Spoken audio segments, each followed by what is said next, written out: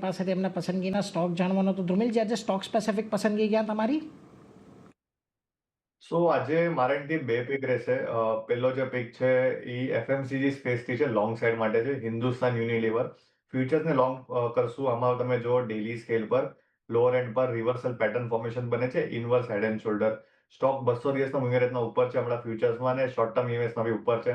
2410 2415 આ 5 પોઈન્ટના રેન્જમાં બાઇંગ કરો. 2370 નો સ્ટોપ લોસ મેન્ટેન કરીને અપસાઇડ પર આપણને ફેબ સિરીઝમાં 2500 ટાર્ગેટ્સ જોવા મળશે. સો પહેલો જે લોંગ સાઈડ પર પિક છે હિન્દુસ્તાન યુનિલિવર રહેશે. સેકન્ડ પિક છે ઇન્સ્યોરન્સ સ્પેસમાંથી, જે શોર્ટ સાઈડ પર છે, એચડીએફસી લાઈફ. આમાં આપણે જોઈએ ક્લિયરલી સ્ટોકમાં લોઅર એનું ફોર્મેશન ઇન્ટેક્ટ છે. છેલ્લા 3 સેશનથી શોર્ટ ટર્મ ઈએમએસ પાસેથી એક રિજેક્શન જોવા મળે છે.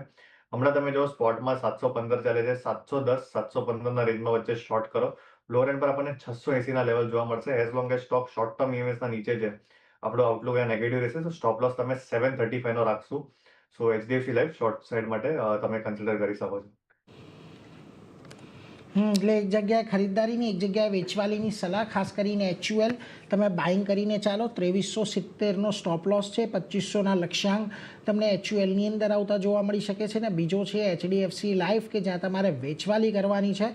680નો ટાર્ગેટ છે ને 735નો સ્ટોપ લોસ તમારે અહીંયાથી ધ્યાનમાં રાખવાના છે. એટલે ધ્રુમિલજી તરફથી તમને આ એક સલાહ બનતી દેખાઈ રહી છે, એટલે એના પર એક ધ્યાન તમારે ખાસ રાખવાનું છે. પરંતુ આગળ